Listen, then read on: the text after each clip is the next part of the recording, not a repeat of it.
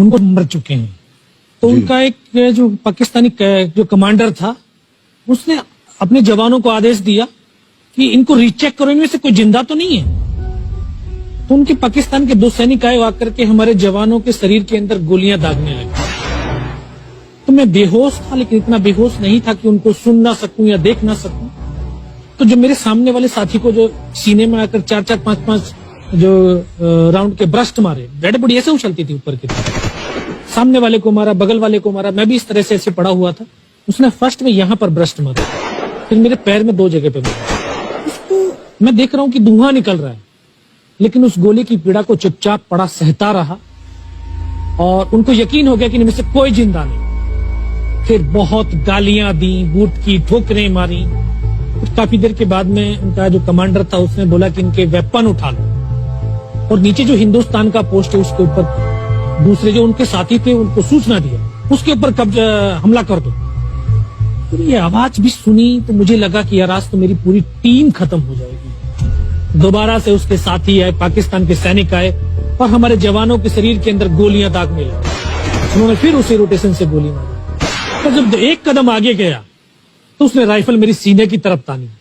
तब मुझे लगा यार अब नहीं बचूंगा, लेकिन कहते हैं कि जाको राखे साइयां मार सके ना कोई। जब उसने गोली चलाई तो यहाँ पे पर्स में 5-5 रुपए के कुछ सिक्के भी थे। जब गोली जाकर के सिक्कों पे टकराई तो मुझे भी आभास हुआ कि तो मर गया। पाकिस्तान का दूसरा सैनिक आया, उसने आकर के मेरा AK-47 उठाया और वापस मुड़ा तो उसका पैर मेरे पैर से टकराया हो। तब मुझे लगा कि यार मैं तो जिंदा हूँ।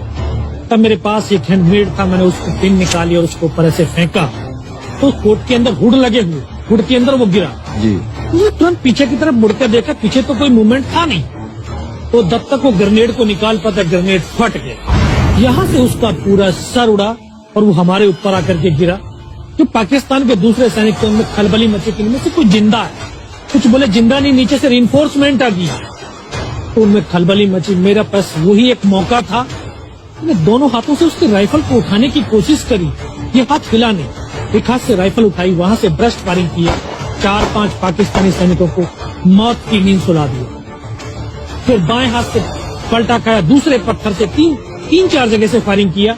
वो जो उनका मोमेंटम था, जो हौसले थे, परस्त हो चुके थे, वो भाग खड़े। 2-3 मीटर गया, जाके देखता हूँ सामने उनके लंगर चल रहे हैं, उनका लिविंग टेंट बना हुआ, उनके जो हैवी वेपन का डिप्लॉयमेंट था वो सब कुछ वहां पे लगा हुआ। उस समय जहन के अंदर एक ही पागलपन था, अपने साथियों को बचाना। फिर मैं वापस धीरे धीरे रेंगता हुआ अपने साथियों तक आया। फिर मुझे लगा कि इनमें से हो सकता है मेरी तरह कोई साथी होगा, जिंदा होगा। उनको देखा, किसी का सर फटा हुआ था, किसी के फेफड़े निकले हुए थे। बहुत देर बैठकर रोया भी, फिर अपने आप को संभाला। चारों तरफ बर्फ ही बर्फ, पहाड़ी पहाड़। ये भी पता नहीं कि हिंदुस्तान किधर है, पाकिस्तान किधर है। 2.5 साल की सर्विस, 19 साल की उम्र, न उम्र का तजुर्बा न सर्विस का अनुभव। जाऊं तो जाऊं कहां।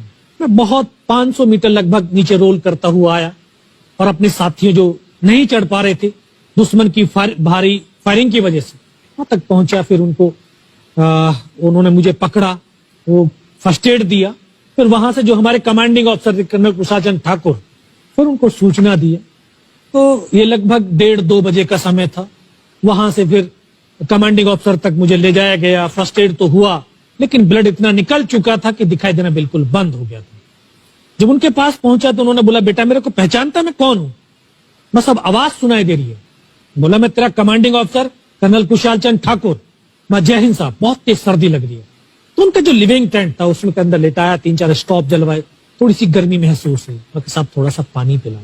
बोला, ठीक है पानी पिलाते हैं। तभी डॉक्टर साहब आए गए, उन्होंने ग्लूकोज की बोतल पिलाई, थोड़ी सी एनर्जी महसूस हुई। उन्होंने बोला, बेटा कुछ बता सकता हूं? मैं कहा, सब बता सकता हूं। तो उनको बताया कि सर ऊपर ये घटनाक्रम हुआ है और ये वहां की इंफॉर्मेशन है। तो लास्ट में उन्होंने बोला कि बेटा जवान की रिक्वायरमेंट क्या है? मैं कहा, सब जवान की रिक्वायरमेंट अम्यूनिशन और फील्ड पट्टी की है। बोला, खाने के लिए नहीं चाहिए? सब भूख नहीं लगती। बस इतना कहते कहते तभी डॉक्टर ने कौन सा इंजेक्शन लगाया, फिर मुझे पता नहीं कहां पर। फिर होश आया 3 दिन बाद, देखा ऊपर पंखा चल रहा है।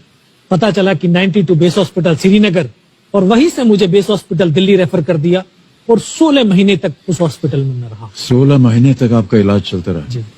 और वहीं पर हॉस्पिटल में ही मुझे पता चला कि 15 अगस्त 1999 को जब ये परमवीर चक्र का जो अनाउंसमेंट हुआ तो वो वहां पर ही मुझे पता चला। या सर 2000 में मेरा ट्रांसफर मतनी हो गया।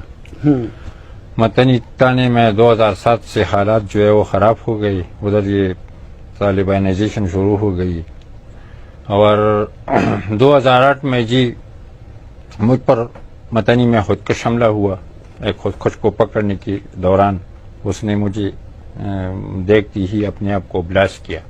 अच्छा, अल्लाह ताला की फजल करम से मैं तो बच गया, लेकिन हमारे 10 बंदे जो है वो इसमें लग गई जी। 4-5 शहीद हो गए और 4-5 जो है वो जख्मी हो गए और मैं बिल्कुल मुजज़ाना तौर पर बच गया उसमें। फिर उसके बाद 2009 में जी मुझ पर 4-5 हमले हुए, धमाके हुए, उसमें भी अल्लाह ताला ने मुझे बिल्कुल जिंदा और सलामत रखा। फिर जी 2010 में सरबन में हालात ख़राब हुए तो अफसरों ने मेरा ट्रांसफर जो है सरबन कर दिया। सरबन में भी जी मुझ पर दिन में 3-3 धमाके होते रहे और बड़ा धमाका 2014 में मुझ पर सरबन बाजार में हुआ, जो कि खुदकुश ने अपने साथ 4 माटर गोले बांध रखे थे और 14 किलो बारूद अपने बदन के साथ पेवस कर रहे थे। उसने मेरी गाड़ी के नीचे बैठ के अपने आप को ब्लास्ट किया, लेकिन अल्लाह ताला की फजल करम से मुझ पर एक खराश भी नहीं गया। मैं मुजज़ाना था और मुझे पता भी नहीं था कि मैं बख्तरबंद से किस तरह निकला और किस तरह नहीं। और जब मैं नीचे निकला तो सारी लाशें थी जी। तकरीबन 100 बंदे उस धमाके में जी लग गए थे। फिर इसके बाद जी मेरा ट्रांसफर फिर 2012 में मतनी दोबारा कर दिया गया। दोबारा जी इस रात के वक्त में गश्त पे था कि तालिबान ने मुझे जिंदा पकड़ने की कोशिश की और तकरीबन 5 किलोमीटर में नाकाबंदी की गई थी मेरे जिंदा पकड़ने के लिए। जैसा ही मैं उन मुकाम तक पहुंचा तो 40-45 बंदे एकदम रोड पर आ गए और आती ही हमने उस पर फायरिंग शुरू कर दिया और देखती 20-25 बंदों को हमने उन लोगों से मारा। फायरिंग में मैं भी सख्त लग गया। 3 गोली मेरे सर में लगी, 11 गोली मेरे पाँव भी लगी। दूसरे दिन मैं होश में गया और ताहाल अब भी आपके सामने बैठा हूँ। तकरीबन मुझ पर 100 से ज्यादा हमले हुए हैं। इसमें खुदकुशी भी है, उसमें सादा धमाकी है। उन लोगों ने मेरे 100 से ज्यादा धमाकी जी मेरे साथ, उनकी पैयार भी है, सब कुछ है जी। इसके अलावा तकरीबन 15-20 बार उन्होंने मेरी गाड़ी को रॉकेट से मारा है, मिसाइल से मारा है। मेरे रहने की कमरा को उन लोगों ने मिसाइल पे हिट किया है। उसमें भी मुझे अल्लाह ताला ने बिल्कुल मुजज़ाना तौर पर बच किया है। उस वक्त मैं